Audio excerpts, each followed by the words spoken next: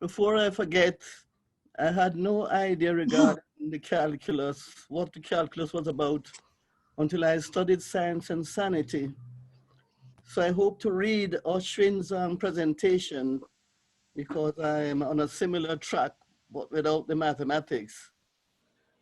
In my studies over the years, I've tried to define consciousness and the universe. And what I've come up with is consciousness is a big, fat, empty space of nothing, but with the capacity to deal with anything that comes up in that space. So my description of universe is waves of diverse frequencies. And we can think of anything as an ongoing function. And so goes right directly to the calculus. So let me start. This is about dealing with the pandemic, a general semantics calculus approach. In his seminal books, Manual of Humanity and Science and Sanity, Korzybski offered anthropological historical overviews, insights, predictions, and conscious time-binding tools, including the calculus. We can use a general semantics calculus approach as critical thinking, reasoning, and guides and standards to help us develop conscious time-binding skills. With these skills, we improve the way we use words to alter, modify, refine, restructure, or abandon earlier ideas, principles, and practice. When we internalize general semantics principles and practice a calculus approach, we become more attentive, more reasonable, more responsible, more intelligent in our uses of our intelligences. We can use a general semantics calculus approach to help us deal with everyday problems and situations, the pandemic and other crises. Let me say a little thing about words. We can think of words as semantic variables, and we each give our own values to these variables, creating a lot of problem when we don't recognize that the values we give are not the same values others will give. Words will have power over us. Words will use us to the degree we do not use our conscious time-binding power over words. With words, mind, and mind undermines mind. Words representing cultural belief, myths, and attitudes institutionalize early experiences and help organize young developing minds to maintain a certain degree of cultural stability. We live in a world of continuous functions. If we keep talking about second wave and the virus is spreading, the virus is surging, we are elementalistically separating ourselves from our actions and our inactions and their consequences. And so we are more likely to keep spreading the virus. When I kept hearing the virus spreading, the virus is surging, less testing, less infections, I thought if more people understood and practiced general semantics, there would be less intense infections and the pandemic might end sooner. If people behave more responsibly and more accurately say, we are spreading the virus. If they acted more non-elementalistically, more individuals might recognize that the duration of the pandemic and the prolongation of their miseries are functions of how they talked about the situations and what they did and did not do. In Science and Sanity, Korzybski wrote, science and mathematics show the working of the human mind at its best. Accordingly, we can learn from science and mathematics how this human mind should work to be at its best. Korzybski referred to his general semantics as a system, a set of interrelated principles, generalizations of the methods and approach of science and mathematics. From Korzybski's words, we can assume he had a special regard for the calculus. He wrote, It is structurally and semantically the logic of sanity, and the present work is also to a large extent inspired by it. On page 582 of Varam, Science and Sanity, Korzybski wrote, the main importance of the calculus is its central idea, namely the study of a continuous function by following its history by indefinitely small steps.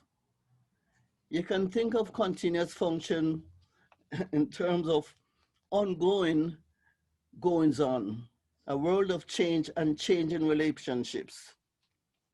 We can study our psychologies, think about our thinking, explore what understanding and knowing are about. We can study our religion, our sciences, our politics, our ways of dealing with each other and relating with each other. From this wide range of possible applications, we could formulate the calculus and consciousness of abstracting as meta-psychology, meta-philosophy, meta-epistemology, and meta-ethics, and meta-anthropology. In short, we can think of the method of the calculus and consciousness of abstracting as propositions of epistemological limits. Although we are not usually aware of this, in our relationships, in our communication, or expectations, or explanations, or theories, or knowing and understanding, we're not dealing with wholes. We're applying itty-bitty, teensy-weeny bits of the calculus. We break things down to their smaller and more understood bits, more easily understood bits. In other words, we differentiate to integrate. In the domain of mathematics, briefly put, function is about changing relationships. We live in a world of changing relationships. Applied to our dealings with any situation or problem, the idea function involves a non-allness, non-identifying way of thinking and talking about things. A function does not exclude other changing relationships. With a functional approach, we avoid many irresolvable, unending communication problems arising in ourselves and with others. Depending on context, instead of believing or saying, it's because, it must be so, if then, since, therefore, the reason why, this means, this can only mean, this has to mean, and so on. Instead of doing all that, we say a function of is related to. So instead of saying I'm disappointed or it's because, we say my disappointment is a function of my expectations. The infection or the strength of an infection is a function of the strength of an individual's biological resistance to the virus. But the range and duration of a pandemic is a function of people's behavior. As a function of slowdowns related to societal reactions to the pandemic, we can expect and prepare ourselves to deal with higher levels of anxiety, impatience, frustrations, anger, and aggressive behaviors. We can expect that there will be some who will resent being asked or told to follow suggested precautions. In studying time graphs of the pandemic, we can notice close relationships between the dates of national holidays, national events, spring breaks, commercial entertainment, sports and other openings, and the increase within days of the number of infections and deaths. As a function of our cultural foundations and orientations, we are inclined to not think or write or talk in terms of functions. When we increase our understanding of goings on as functions of related to consequences of time-bound development and earlier goings on, we do what we do to discover what we are doing, to learn from what we're doing, how to better do what we're doing. With practice, we develop self-management and crisis management and general problem-solving skills. We prepare ourselves to be more effective in dealing with problems. Briefly put, think of orientation in terms of tendency, inclination, attitude, and think of foundation in terms of cultural history, myths, belief, education, early traumatic experiences, education, accepted myths. Yeah? There's a close functional relationship between the foundational myths of freedom and rights and the attitudes and behavior related. The myth of freedom can lead us to an acceleration of creativity, but freedom without some degree of restraint and responsibility can lead to chaos. Effectively dealing with a pandemic in a fast-moving society is a function of the leaders and managers' skills to motivate and challenge people to slow down, restrain themselves, act more responsibly. A very daunting task in a highly competitive culture where rights and freedom and the pressure to succeed are strong semantic forces. Many individuals tend to resist taking precautions if they feel they are being ordered and pushed around and told what they can or cannot do.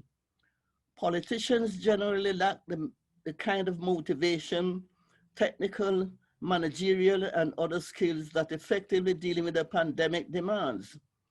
Probably they are usually more oriented to creating laws and regulations and fear losing votes if they behave in a straightforward way. A non-politicized NASA team, a non-politicized NASA team might be more effective in dealing with a pandemic and other crises. This is not likely to happen. Milton, Thinking in terms of structural similarity, this A is somewhat like B.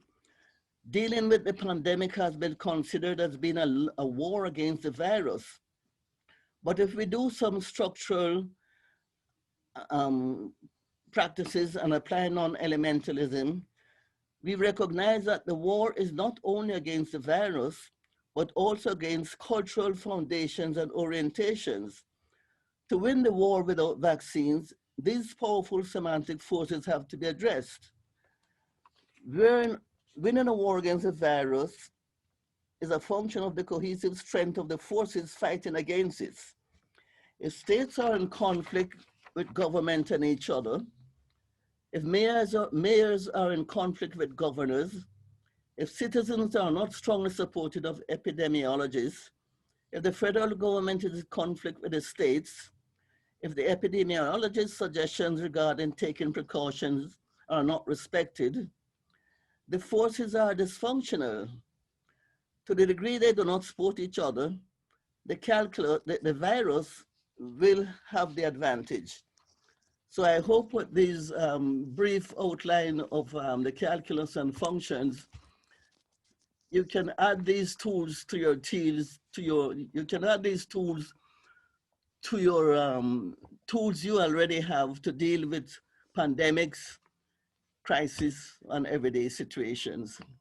Thank you.